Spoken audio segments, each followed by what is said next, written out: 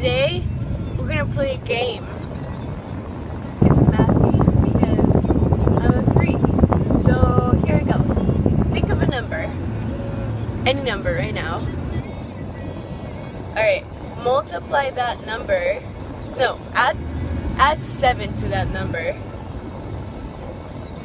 Okay? Now, multiply that number.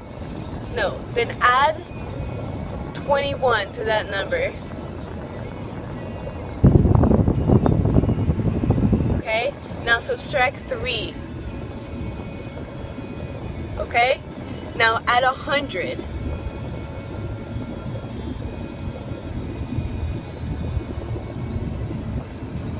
Did you add 100? Okay, hold on. Never mind, start all over, I fucked up. Alright, think of a number. Okay, hey, I'm not stupid, okay, this is a legit game. Alright, start a number. Oh, think of a number. Alright, add 7. Now add 21. Now subtract 5. Now add 100. Now subtract it by the number that you thought of. Now add 2. It's the number 125? Yeah, it is, isn't it? Yeah, that's right. I'm smart. So weird. But anyway, I wanted to tell you about the Inca Empire. I was reading some articles about it, but I'm gonna tell you so you know, but it's gonna be a story and you're just gonna have to put up with my story. So, there were 2 brothers, Huascar and Atahualpa. Repeat after me, Huascar and Atahualpa, okay? And these were the sons of the Inca king. I can't remember his name right now. But this king died, so the Inca Empire had to be divided into 2. It got divided into two parts, Huascar's part and Atahualpa's part.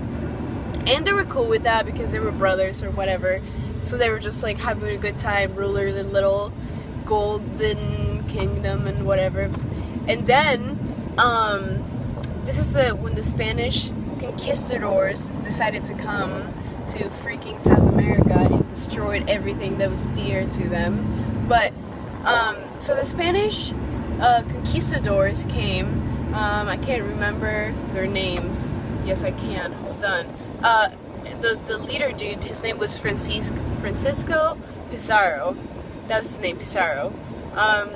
And I am going there. Yeah. And so he came to South America and found the Inca Empire, and he decided that it would be a good idea to.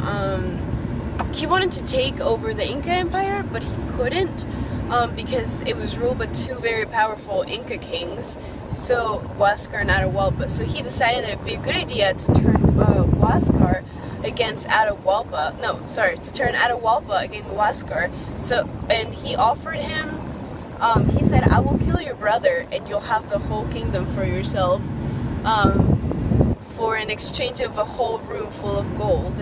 And Atahualpa was like, "Oh, that sounds awesome. I'll give you a room for gold. You kill my brother? Hey, why not? I'll have the whole kingdom, and it won't be blamed on me." So the Pizarro convinced Atahualpa to get his brother executed. So this happened, and his brother got executed and died. And then, as soon as he died, Pizarro turned to Atahualpa and then killed him, and therefore took the entire empire. And that's how this literally how the Spanish took over the Inca Empire, because they suck, like from Spain Spanish. So that's how that happened.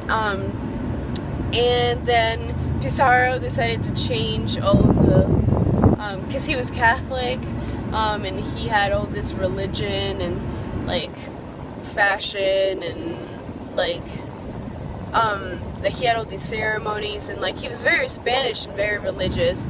So he decided to change all the Inca population into religious people, because the Incas believed in their gods and their god's sun.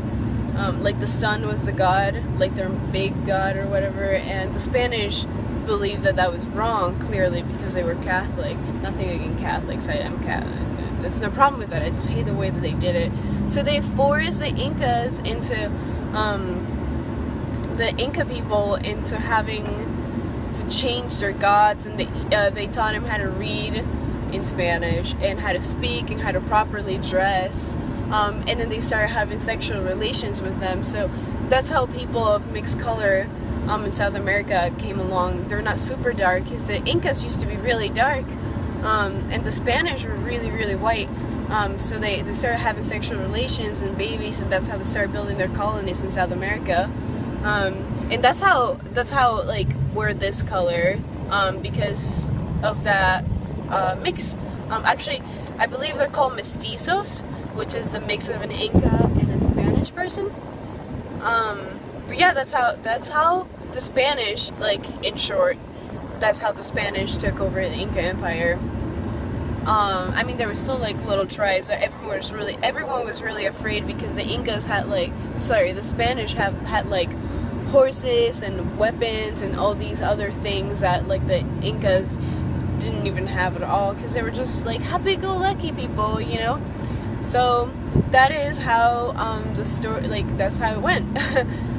So for our honeymoon trip, after we do this trekking thing, like when we do it, we're gonna go to these, like we're gonna pass these towns and these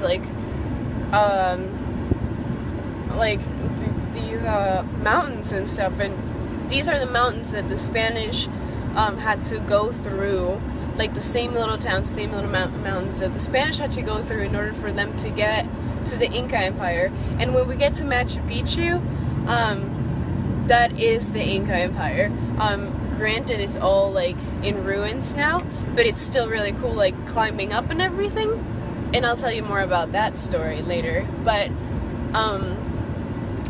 when we actually get to Machu Picchu, I can show you the room where Atahualpa got executed, and the room where Huáscar got executed, and the room where the Spanish people like Pizarro stayed with his group of 7 people or whatever stayed, because the Incas took them in as their own because they're so nice, not knowing that they were gonna be tricked and killed.